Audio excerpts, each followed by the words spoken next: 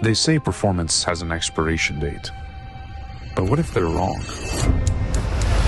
No matter where you start, the goal's the same: to be better, stronger, wiser, bolder. We're here for the relentless, those that don't back down, don't compromise, and don't quit. This is training for Masters athletes by Masters athletes, with a community that holds you steady. So say goodbye to random workouts, because whether you're stepping into following a program for the first time or stepping onto the podium, your journey starts here.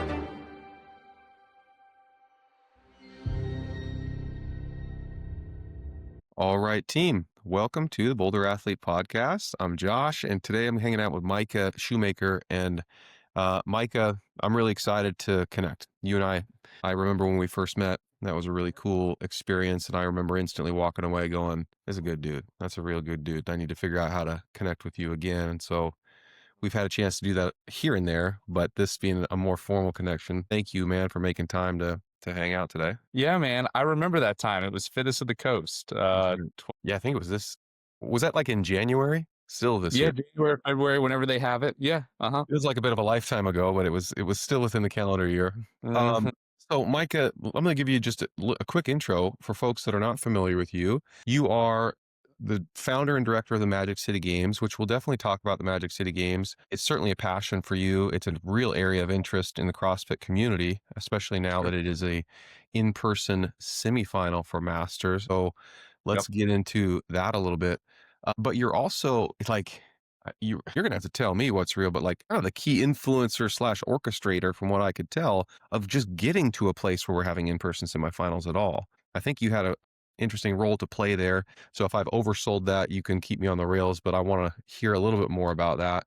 You're also a badass photographer, and I have benefited from some of your screenshots.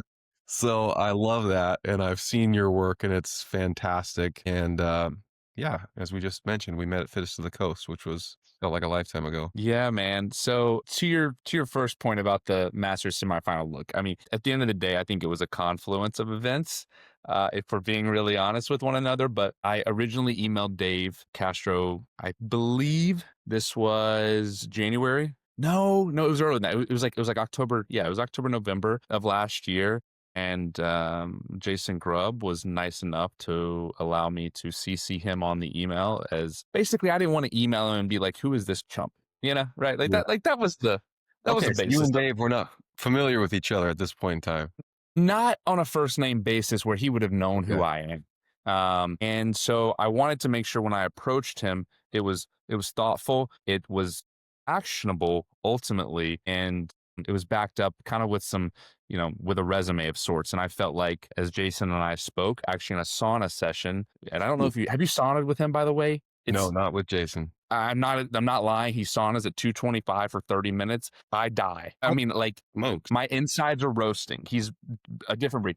Anyways, we had a sauna session. I'll bring this full circle. We had a sauna session. I pitched him my idea, and he was like, "That's awesome. It'll never happen." And I was like, "I know, but I think it's worth the shot." And so I laid out this whole email, just exactly the steps. I mean, in painstaking detail. And not to say that I'm the reason, but there are a lot of similarities between that email and what actually happened. So I'm happy to be a part of the solution, ultimately, is the kind of. Man, that's really cool. As I work in a corporate environment where there is a lot of hierarchy and a lot of jockeying for position and big decisions being made. And not that CrossFit is the exact same, but there's plenty of similarities in terms of hierarchy and these big decisions. And I think of how many times, the decision maker needs to be well informed to make the decision. They may not even know of the idea yet. And yet somebody comes to them with the idea and is expecting the decision to be made. The level of detail and thoughtfulness that has to be demonstrated right there in order to get that thing over the hump is incredible. So I have a deep appreciation for what that mail must have looked like and the level of thought you put into it, because ideas float everywhere. Anybody can float ideas. And Dave, I'm sure, is very accustomed to being like, yeah. Heard this one before. Exactly. You can only imagine, like, hey, there's probably something there to that idea, but essentially you've just given me a massive homework assignment that I don't have the bandwidth to go unpack and define. So thanks, but no thanks. But when you come haven't already done the homework, I'm like, look, here's everything that you might be thinking through and need to consider. That accelerates the decision-making process considerably. So I can imagine his appreciation for where you came from. And I'm selfishly going to give you a ton of credit because I don't know if anybody had approached him with that package of goods before. I mean, there's no doubt it was being thought about and probably has been thought about prior. But I think to your point, sometimes it's about time and place. Time and place is so important. You can say the same thing to the same person and it not hit on a Tuesday like it does a Friday. I mean, that's life, And so it's the same thing, I believe, with seasons, quote on, I'm using air quotes. It's just what type of bandwidth do you have at that point in time? And I strategically approached him in a season where they're not in the middle of the open, where they're not in the middle of programming the CrossFit games. It's the off season, October, November for CrossFit. And so I'm really excited because I believe the Masters deserve this, and something by the feedback and just things I've heard, people are really excited, and I'm excited to be a part of that solution. That's awesome, man. Well, I'm glad you took the initiative. Yeah, no doubt that there, as you said, a lot of people had likely approached him with a similar idea. So it's not maybe like it wasn't on his radar before. So maybe you benefited from the seed having been planted, to some degree in advance, but then you to really help get it across the finish line with the details that were required. That's a big feat. So that's a little bit about how the in-person semifinal came to be. There's a whole backstory and history, and we got a little bit of the backstory in your pitch and proposal. I want to go back even further. So Magic City Games, I'm sure, was a critical checkpoint in getting to building your passion and just getting a whole host of experiences that kind of led you to this opportunity. I want to go back even further. Where did your health and fitness journey begin? What's your upbringing look like? Help me understand you as a person and things that have shaped you to become the man that you are today. So I got into fitness because I watched my dad transform his life, lose a bunch of weight, and completely get on a different trajectory. And that was at a very formative age. That was at, 12, 13, 14 years old. And I remember he started, because he was pretty obese. And so, I mean, not like in a sense, like he ended up losing, 40, 50 pounds. So, I mean, that's not like 10, that's like 50 pounds is like a different person. You know what I'm saying? So I kind of wanted to clarify that. But ultimately, watching him go through that and how he transformed his life really affected me and where I got into fitness. I'd always played sports, but then I really got into fitness, like training. Let me say it that way, training. And added some real purpose. Mm-hmm. And it's funny you say that because that's really the difference in my estimation of working out and training. Training is with a purpose. That's the easiest way to say it. Are you training with a purpose? And so around 13 years old was when I started going to the gym consistently, like every single day, 5 or 6 days a week. And I can honestly say that in over 15 years, I have not missed more than a week of working out. I've been consistent that long. And I don't say that as like, look at me, look how great I am. It's more like you can do it too. I don't have this like crazy motivational drive. It's just discipline. It's doing the thing that you should do when you don't want to do it. That's how I define it. And so my journey started there. When I was 16, that's when I found CrossFit. And that, more than anything, genuinely changed my life. And I'm so grateful to that, to not only the sport, I didn't find out about that later, but the methodology, because the methodology works and it's real. And I believe it is the most potent and powerful thing that we have against disease, against really anything. Hell, I would even say it's the greatest medicine we have against, psychological disorder, against lack of motivation, against anxiety. Like I could keep going. I think CrossFit does wonders for people if you get plugged into a community and an affiliate. And I'm a big proponent of that. Yeah. First off, I completely agree. Like, I'm drinking the CrossFit Kool-Aid. I've been for many, many years now, but I can also put that aside and take a really objective look and try to push back against your statement. And I don't think I have any data points that would do that. Like, and so I think as much as I like I have a bias towards agreeing with you. I also think objectively it's the truth because there's so many elements, and you called this out rightly so, which is like, look, the fitness side of it and the fitness upside is obvious. Everybody kind of goes like, yeah, you do CrossFit, you get fitter, you get healthier, probably going to lose some fat, gain some muscle. That's all good. But the psychological things that you benefit from, like finding community, finding support systems, seeing people that are of like mind and like, state of life, and where you go, gosh, if they can do it, I can do it. And you find like real strength and encouragement in that. And it's crazy to me, Micah, when I think about my wife and I, we have this epiphany moment every now and again where you're just like, how do people go through life not exercising? There's just no exercise. There's no intentional sweating or exertion of any kind. Now, there is sweating and exertion, but it's not intentional. Like, how do people do that? I can't, because it's been such a big part of my life and it's been such a big part of your life for so many years. It's difficult to even fathom what that looks like. And I don't know, the ramifications of what my life would be without it. Yeah, man, that's such a powerful point because when I really assess my life and I look at my closest friends, they all really tie back to this one thing. It's not necessarily CrossFit necessarily. It's this desire to want more for your life and the people around you, right? I'll say it this way, to leave it better than you found it. And I think that's what CrossFit really is. And that's what community is. Like we're collectively saying we want to leave it better than we found it, whether that's our world, right? Whether that's our neighborhood, whether that's our box, whether that's the place that we work. I would imagine that all of us could probably agree with this thought that if we walk into somewhere, if we invest our time into something, that hopefully we leave it better than we found it. And I think it's a desire to do that. And I think CrossFit pulls that out of people in an environment that shares suffering, which we know psychologically builds bonds, it builds trust. And I think that's the basis for really trust is all human interaction, right? It's just, do I trust you? Let me say it this way. Do I feel safe when I'm with you? And that's an interesting thought, but like, think about it. Those people, you probably feel safe, right? And when people don't feel safe, they do what? Like they don't want to come to the gym. They don't want to whatever because maybe they think you're going to judge them. Maybe they think they're not whatever. But like ultimately it's this core, it's this core need, right? I think to feel safe. And I think that's really what CrossFit provides for people is a place to feel safe, a place to feel this buck naked level of vulnerability. And it's special. There's this buzz term that I am very much a believer in, but it's called psychological safety, which is really what I think you're saying.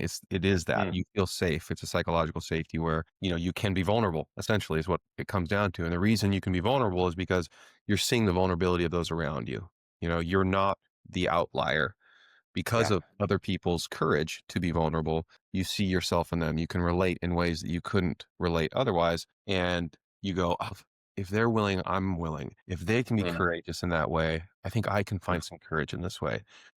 Man, so I was in the health and fitness industry for about 9 years, and to see, like, yes, you get to see some physical transformations that are like amazing and inspiring. It's so cool, and you love that because it's probably the outcome that they are most driven to achieve. But you also see like the psychological transformation, the confidence and courage transformation, to a degree, a personality transformation, because they are now a confident, outgoing person in some cases where they were so self-conscious and introverted before that now they've like something has unlocked and they truly don't feel or seem or act like the same person they did when that journey began.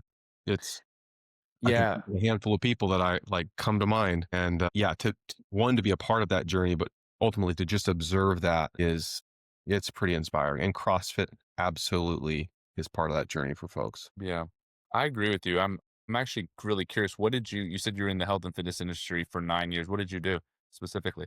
Yeah, I began as a personal trainer, Okay. and we worked with a lot of folks. We had this very specific program where folks would come in with metabolic disorder. You had to meet a certain bar, essentially, of obesity to qualify for this program. Wow. And so then, naturally you work with a bunch of folks that have a whole history of metabolic disorder, cardiac disorder, and, all of the behaviors and conditions that created that over the last 30, 40 years of their life. So a history of bad habits and failures and no success and Yeah. trauma, all the things. And so you work through all of that. And then I even had some professional athletes. So there was quite a spectrum of my clientele. I ended up, becoming the manager of a couple different facilities and leading my team and to support all Yeah. of these same folks. Yeah. But man, it was an incredible journey for me personally. Like so much growth came from helping other people grow. Yeah. It was a really cool time in my professional career. Isn't that interesting though? You oftentimes, the way that you grow the most, the way that you learn the most is by teaching, is by doing, is by leading. And I don't think that's not by purpose. It's really interesting. I went to Auburn University and lasted a year and a half, right? And this goes against everything your parents teach you, certainly my parents. But I had an opportunity to go move to North Carolina to be a part of two incredible fitness communities there and to not only coach, but then to lead, to manage, to be that person's first experience into CrossFit.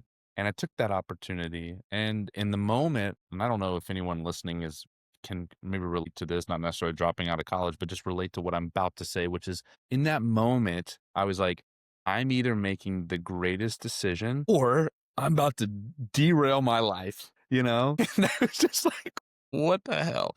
Yeah.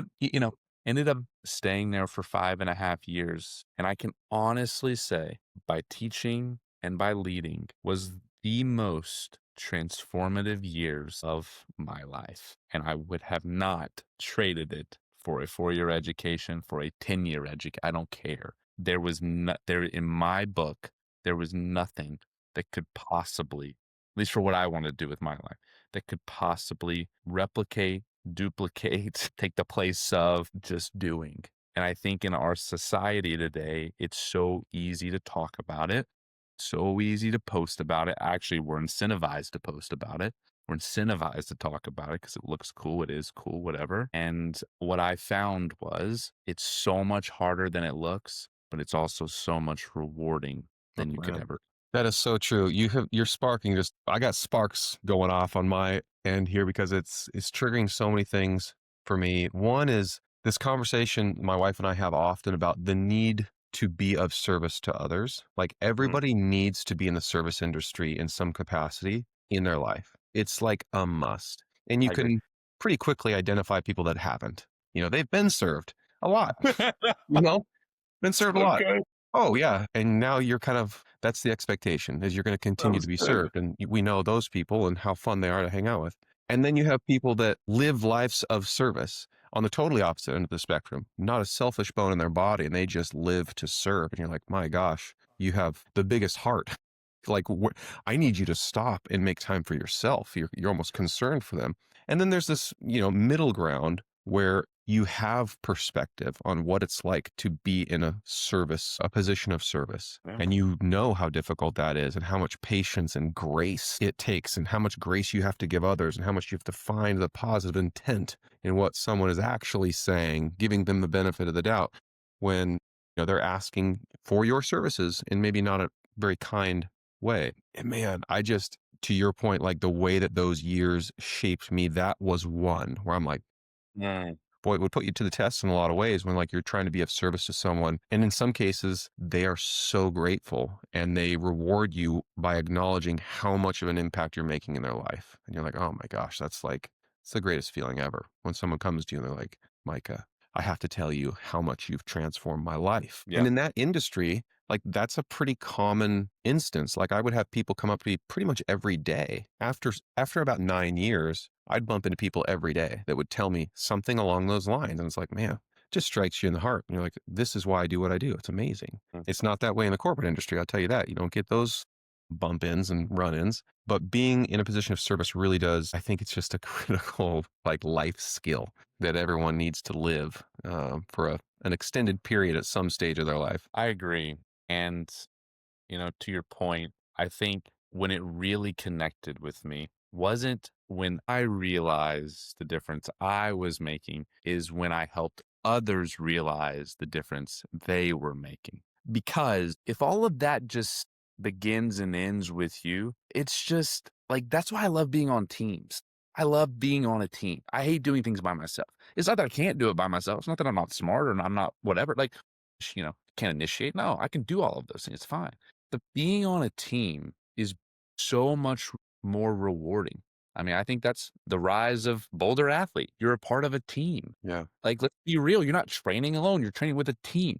No, yeah, everyone's score is obviously separate, but it's a team. You're sharing like experiences towards a common goal. That's what a team is. Like, that's the definition, right? And that's what when I really got that piece of it, which was like, it can't just be about people telling me how cool I am. It can't be other people telling me how much I made a difference in their life. It's got to be me connecting, Coach Sam to member John, and Coach Sam, seeing that member John, because member John has showed up for the last year at Coach Sam's class, that member John now got off of his, whatever, diabetes medication, or stop drinking every night, or stop smoking a pack of cigarettes a day. Like, it doesn't even matter.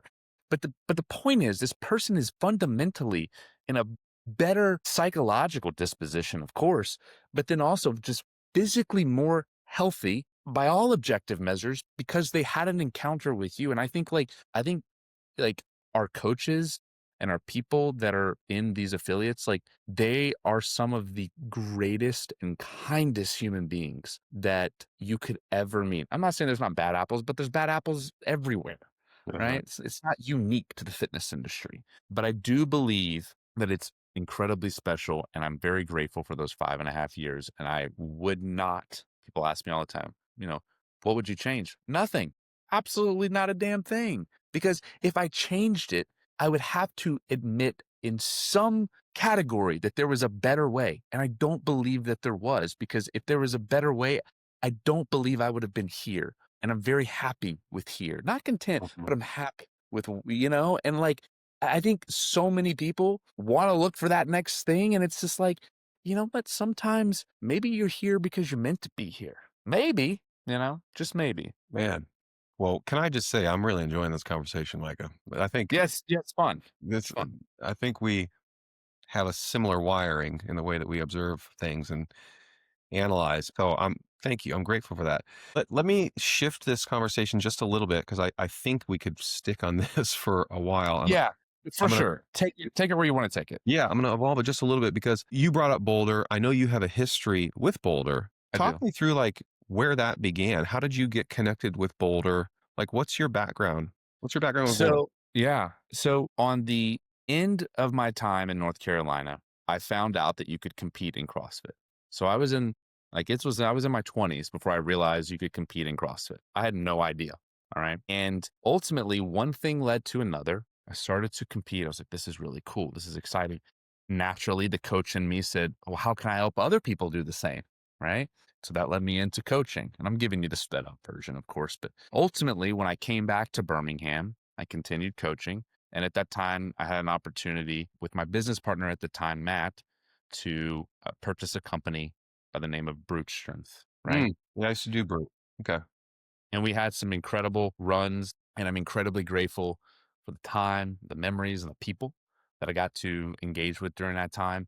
And ultimately, the championships that were won as well. It was incredibly successful. So once I sold that company, or at least my share in that company, back to Matt, and he was the sole owner. I'm not sure if he still is at this time, but at that time he was. A friend of mine who I still coach to this day, Ian, introduced me via text message to Jason. And that's how I got hooked up with Jason. And shortly thereafter, I was like, we got to go on a date.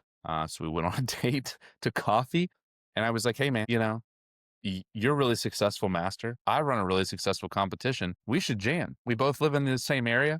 And that's truthfully exactly how the conversation evolved. That's pretty cool. So you just talked about your fitness connection, your competition experience, combined with Jason's masters kind of aura, all the things masters related that Jason brought. Where did your passion for masters specifically then begin? hey, you were this like key influence in getting us into a in-person Masters semifinals. Where did your passion for Masters begin? So I think first and foremost, I've always coached Masters athletes, and they're some of, honestly, the best clients you could ever have because they do what they're supposed to do when they're supposed to do it. For the most part, they're super self-motivated. Like, they're super communicative. Like, they're not like, I know what I was like at 22. Like, was not the best version of myself. All right. Like, we can just be real with one another. And so people, some people are like, well, this just came out of nowhere. It's like, no, it didn't. Like, I've been coaching Masters, and really great Masters athletes. So once I met Jason, he, like he does so well, educated me on kind of his history. By his history, by proxy, he was also explaining to me really the history of a lot of the Masters, um, games, and kind of where that was, how that had evolved. I was obviously familiar with the competition space. I was familiar that they had broken the Masters off, like all these things. I mean, I'm in the space. I'm very, very familiar with these things. But Jason really lit this fire with like, man, this guy, I'm going to be honest, is incredibly inspirational in not only his own journey, like that's inspirational, but then two, him sharing and really being, the mouthpiece for Masters athletes. And I started to listen to the way he spoke about it. And I started to listen to the way that he was passionate about it. And through those conversations, a lot of which were won in his really hot sauna that baked my liver and small intestine, I'm just being honest, like I really started to develop even more of a passion for like where this sport was headed specifically for Masters. And we had already been doing, or I should say, we had already been focusing on Masters specific divisions in our competition. So like, it was like a logical, just like evolution, like the ball had already been in place, but then talking to him, it really sped it up. That's cool. I mean, yeah, I couldn't agree more in terms of Jason's. I mean, the thing that stands out to me most about Jason, aside from the fact that he has won 6 CrossFit Masters championships, which is like the thing he's most well known for, and obviously it's incredible, just absolutely incredible, historic, is his humility and just genuineness. He's just authentic. Like I've never seen him different in any environment. He's always the same guy. And I appreciate that. That's a value of my own. And so when I see that level of authenticity in others, I'm like, yes, thank you. Yeah. I appreciate. And as a 6-time Masters champ, he probably has as much excuse as anybody to not be authentic in certain places at certain times. Maybe it gives him more agency. I don't know. But I love the fact that he is just the same guy. Who you see is who you get. I think authenticity is inspiring. That's where I find inspiration, because people have the courage to be themselves. And whoever you are, now I may not like your authenticity, but at least I respect that you're being authentically you.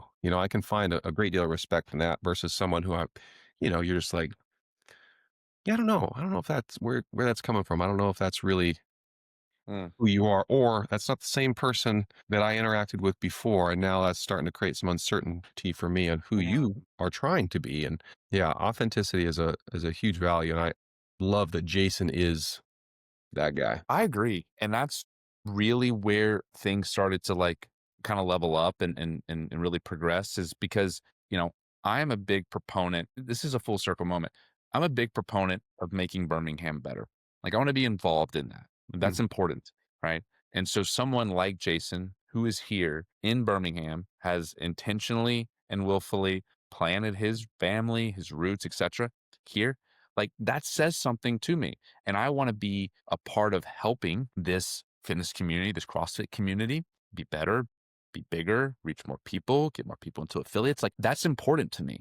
And so my slice of the pie and how I choose to do that is through competitions. Because at Magic City Games, we believe competitions are celebrations of your hard work, both inside and outside of the gym, right? And so it made sense, me believing that, really seek out someone like Jason, hear his story, understand where he's coming from, and what ultimately his desires are.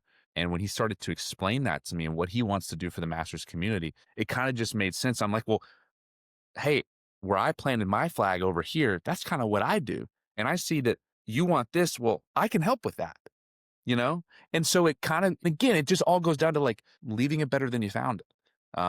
And I believe a rising tide raises all ships. And so that's ultimately, I think, fast forward several years, it's where we are, is a tide that's definitely risen. Yeah, I appreciate your intentionality around that, and whether the CrossFit community or even your small circle community fully recognizes it. Thanks for all that you're doing. Thank you for your service. Yeah, but it's not even about that, right? It's just for me, I don't care. I don't care if anyone ever says thanks. I don't care if anyone ever, I do things because I want to be excellent at doing them. Full stop. Like that's just like, and for me, the reward is doing it with a team I care deeply about. And the team we have is what drives me to want to do better because I don't want to let them down. Like that's the bottom line. And so for me, I don't if no one ever said thank you, and believe me, they do, and I'm grateful for every single text and email. It's overwhelming after you run an event, if you run a good one, right? Why? I guess it's overwhelming if you run a bad one too. But for us, we've been lucky, right? We've run some good ones, and the team deserves all that credit because they're the ones busting their butts making that sort of thing happen. And it's just full circle. It's like everything that I learned, everything that I skill wise in those 5.5 years leading 2 fitness communities, 2 gyms there in North Carolina came full circle many years later. And all those things that I failed on and learned, right? Like all tough lessons and connecting people's purpose, with the work that they're doing, right? Like all of that stuff is the same stuff I use now, is the same stuff I believe now, just more deeply. And that, my friends, is the coolest place to be. Yeah, that's cool. Well said. And thank you for sharing that. Let's talk about Magic City Games. We've danced around it. Now let's talk about exactly like what it is. I've heard about the Magic City Games now a handful of times. In fact, the first time I heard it was from Jason when I think he and I were probably talking about you. He's like, yeah, Micah runs the Magic City Game. I was like, because I was inquiring, like, well, who's Micah? And so I've now heard about it, and I've not gone and done my research. Can you help educate me and those that are listening on what is the Magic City Games? Where's it located? How did it start? Like, what's kind of your signature of the Magic City Games? Yeah. So Magic City Games is in year 5. And contrary to what the internet would tell you, the Magic City Games and the Masters semifinal that we've talked about many times are 2 separate events. They're held on different dates. We still run them. It's just one qualifies you to the CrossFit Games, and one is for all intents and purposes, it's a community event, right? But this started, at least from our events, 5 years ago, and we started it truthfully because, at least where I'm from, here in Birmingham, Alabama, there, in my estimation, wasn't a competition that I believe was worthy of someone's hard work, if I'm just being honest. And, there were some options, but I didn't think they were, I'm just going to say it, I don't think they were great options. So competition, not just like competition on the floor, but competition in life helps people level up, right? So I think having competition as a human being is good. You need that to build character, to be better, to, and really, as Nick Saban says, and I love this quote, is to fight relief syndrome, right? Because everyone wants to just be like, cool, just ease back off that gas pedal, right? It's kind of relief syndrome. And so what we became known for really quickly is hosting really high level games style sort of events. I'll give you just 2 quick examples. So the last 2 years, we've had an incredible partnership with a company called Cahaba Cycles, local company. And through that, we've had a partnership with Trek. And so we've had Trek mountain bikes for the last 2 years. Imagine the stuff you can do with that, right? Yeah. And this past year, we hosted an incredible event in partnership with the city of Birmingham at Legion Field, the oldest stadium in the Southeast. They call it the Gray Old Lady. I mean, come on, right? And it turns 100 next year. Little fun fact. Anyways, so we held this event. Imagine this. Imagine you're in a 70,000 person stadium. You're on the field, on the football field. And imagine you've got that are roughly 10 yards apart. You have 5 sandbags in a row. So sandbag, 10 yards, sandbag, 10 yards, so on and so forth. 5 sandbags, right? You're going to run to that sandbag. You're going to do a couple cleans, go to the next. It gets a little bit heavier this time. Same thing. Go to the next, gets a little bit heavier till you've completed all 5. It's about a 40-second max event. You sprint to the finish. We have a field of 30. We cut down to 20. Slowest 10 get dropped out. But not only do we drop them out by just saying you're dropped out, we broadcast you getting cut. Like you're kicked off the island with this big board. Think old school 2000 for people that are really OG CrossFit. Think 2000, I think 18 or 19, the sprint O course. Brooke Wells steps on the line. They throw her name off of the big whiteboard. Same thing. Big whiteboard, have people's names, throw their names off, super dramatic. And we do all of that via the Jumbotron. So all your family, all your friends are seeing this go down, and we go to round 2, and then we cut 10 more. And then finally, we have our finals round, quarterfinals, semifinals, finals round, and the winner takes all right there on the field.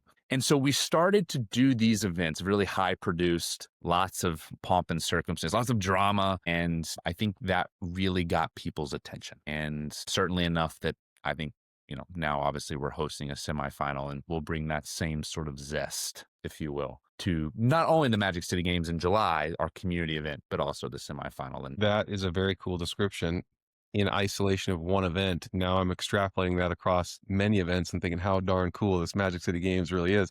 How the heck did you secure that venue where you've got Legion. a 70,000 seat Jumbotron? Yeah. So we are really blessed to work with the city of Birmingham, Chaz Mitchell, who's the chief operating officer of the city. And ironically, he's a huge CrossFit fan. He loves CrossFit, man. And it's just, sometimes, you wake up on the wrong or maybe wake up on the right side of the bed and God loves you extra that day. That's kind of this situation. That's how we landed that. And truly, I could not be more grateful to the city of Birmingham, their investment into Magic City Games, not just time, but also energy, effort, and financial resources, because spoiler alert, it cost a lot of money to do it well. You can do it crappy for little money, but you want to do it well, it's going to cost you a lot of money. It's just life. Yeah, man. Now I'm pulling a little bit of memory because I watched the Masters in Motion podcast with Jason and Rick, and the one you had joined, and you had talked about Magic City Games as well. And you also referenced a venue in that discussion. Yeah. It may have been the venue where the in-person semifinal is going to get hosted. And you basically just insinuated and teased and dropped some hints. You didn't say much about it, but you were like, it's a sweet spot. Yeah. So Harris Arena is where we've been the last several years. And think of it as it's a basketball arena, right? So we take up the basketball floor and then we lay our floor sort of deal. But it gives you tennis stadium vibes. It gives you the Coliseum vibes. Everybody's on top of each other. It's not very big. I think it seats like 5,000, and the way we cut it in half, it only seats 20, like 2,000 people. So it's crammed the way we do it. We do it on purpose, right? Yeah, we want that feeling for sure. And attached to Bill Harris Arena is called Crossplex. So they're the same building. It's just a short 2-3 minute walk. And Crossplex was what I specifically referenced on that podcast, that if you desire to compete at our semifinal, you need to go look up Birmingham Crossplex, because it will give you a very big hint as to something I'm going to do. Okay, that sounds familiar now. You use some similar language. Essentially, what you're saying is that facility is structured in a way that allows you to do a certain kind of event that's very unique to the things that the building provides. Yeah, I've never seen this done. I mean, truthfully, like not exactly how we're going to do it. Yeah, maybe some things that are similar, but not how we're going to do it. I've never seen that specific thing done. That's really cool. Now, sorry, this jumped in my mind, and now I want to get your take on this, because it's a question I'm considering myself, and I think there's others that are in a similar situation that are probably asking the same question. There's now the in-person semifinal. So for those that are trying to qualify for the CrossFit Games as masters, there is the question, do I go in person? Do I do this online? Do I do both? I honestly don't know where I'm going to land. I think I kind of have to do an in-person and also do online to give myself the best chance, because I'll just completely kick myself if I don't qualify and know that I didn't take full advantage of all the opportunities that were available to me. I think that's probably what I'll do. There is the Legends, whatever it's called, semifinal. That's going to be in California. That's probably the one I will do, given it's just proximity to Washington. Understood. What is your take on what's the right approach here? Now, obviously it's different for everybody. So maybe the right approach is not the way to phrase this, but like if you were doing it, what are some things that people should be considering? Is in person the way to go? We'll acknowledge your own biases given you're running an in-person event, but like, how do we think through this? Yeah. So I think here's the first thing, which is this is a trial and it's a very big trial, meaning CrossFit has put a lot of faith, I think, in these events, mine included, to do a good job, right? And for the community at large, a community that's, might I add, has been asking for this year after year after year, feeling snubbed, rightfully so. I think it's an opportunity for us to show the world, show CrossFit, like, hey, this is a good idea and it should be here to stay. Let me say it this way. If and when it works, now masters can get even more opportunities. Imagine if masters had, I don't know, instead of 3 opportunities to qualify, 2 in the US, and I'm just going the US folks, but you have 2 in the US and then you're online. Imagine if they had a couple more, like imagine, and they're better spaced out. Well, that iteration only comes when we do a good job this year, So it's like, right. So like ultimately what I would say is 1, show up in person, even if you're not competing, show up in person. I think like, because part of it is, I think, we have to make this successful so that it can grow. Like we're starting with a little, but let's make it a lot. It's number 1. Number 2 would be for someone like yourself that's like, well, hey, what should I do? Percent. I think going in person is better. I recognize some people do better online with their bar, with their pull up. I get it. But guess what? If your ultimate goal is to make the CrossFit Games, which I would imagine it is, you don't have your bar, you don't have your pull up rig, you don't have your judge, you get some rando. You get some rando bar. Let's be honest. So like, you're not getting that anyways. So to me, that's a wash, right? Because that's the thing I hear. It's like, well, some people, and it's like, look, how many of us out there have gotten screwed by video review or lack thereof? Well, here, not only do you have a real person, but then you got cameras. There's video, right? Like, I just think like in person is going to be superior. It might not be a lot, but I think it's superior over the system that we've got, which is currently, or which has been rather, you get one shot, one opportunity. And guess what? If they video review it, they video review it. And if they don't, they don't. And tough cookie if you don't get in. Well, now you can take that into your own hands and change it. Why wouldn't you want to be a part of that solution? And I believe it's top 3. I've heard this now a few times. It's like top 3 in a few different divisions, and it's top 2 in a couple divisions. And then top 1. There's not that many spots. And I think so I'm in the 40 to 44. So that's the one I'm most familiar with. I think it's 15 spots you can qualify online. And then a total of 15 spots would be. It's half and half. Yeah. Qualified I think it's in person. Yeah. Okay. Yeah. So, I mean, look, I think it makes sense for people. I mean, because look, it's like back to back. Like you can do whatever, Legends, rest a week and do into online semifinals. Like that's reasonable, especially if they follow what they've done in the past, which is like 4 events, right? 4 or 5 events. Like that's not that. Yeah. Right. I'm just being honest. Like it's really not. So I think that it does make sense for people to try both, but I do think you're going to have a better shot in person than you are online. That's just my thoughts, because here's the deal. The way that it's currently, if it's online and you wait to the very end and do it online, meaning Legends has passed, Magic City has passed, you said, all my eggs are in this basket and you don't qualify. Let's say they decide they don't want to do video review and you don't qualify. I guarantee at night, when you lay your little head down on that feather pillow, that Tempur-Pedic, perfectly warmed, whatever, you're going to be thinking, man, I probably should have gone to that in-person event. Just go. Just show up and go. It's exactly that has got me pretty much to the point where I'm like, I think I have to go, because I know if I don't, I'll be filled with so much regret if I don't qualify that I won't be able to stand it. So I think I'm going probably to the Legends one. And then obviously pending how that goes, at least have an opportunity to give it another go online. We'll see. Boy, but then also, gosh, it'd sure be nice to qualify there in person and be done. Yeah, imagine if you didn't have to do online. What if you just said, especially for someone like you, I mean, I've seen you work out. You're a pretty good exerciser. Let me tell you. I watched it. I'm like, damn, my dude can exercise. Wow. Thank you. I appreciate that. Certainly come a Yeah. long way thanks to Boulder. Yeah, for Micah, sure. man, I think honestly, I think I could keep talking to you for at least another hour here, but I am gonna cut Yeah. us at this point, and I think maybe save some to have you back on because I really enjoyed this conversation, and I love your analysis and just level of observation and kind of the psychological take that you have in general. And yeah, I really appreciate that. This has been a unique discussion and one I'm really grateful for. Yeah, man. Thanks for having me on. I'd love to do it again.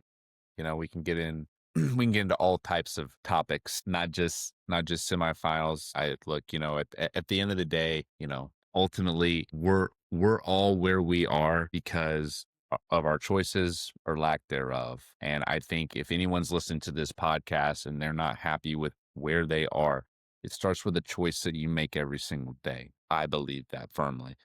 And I think, Spider-Man's uncle had it wrong. He said with great power comes great responsibility. I think that's wrong, actually. I think it's with great responsibility comes great power because I believe firmly that when you take more responsibility over your life, you have more power over it, not the other way around. It's my opinion. It's just one guy. And ultimately, I think what we all could do a lot better job of, including me, is inspiring hope in the people around us, right? Because, life's tough sometimes, and I really think that when you turn on the news or when you turn on your iPhone or whatever the case is, it's just negative, negative, negative, negative, negative. And I think we all have an opportunity and really a responsibility to, I think, inspire hope in people around us. And I hope my competition can do that for other people, to show people what they're capable of, to show people that they can do hard things, to show people that it is worth showing up. And ultimately, I think that's what we're all trying to do. Is just make the world a little bit of a better place, one competition at a time, one podcast at a time. We all have a different offering. But ultimately, I would like to think we're all doing our little part to lead it a little bit better than we found it. Could not have said it better myself. We're going to close on those words, Micah. Thank you so much, pal. All right. Thank you so much. Team, thanks for checking out the Boulder Athlete Podcast. We are so grateful that you did. Wherever you're watching or listening, please like and subscribe so we can keep bringing you more stories from this great community.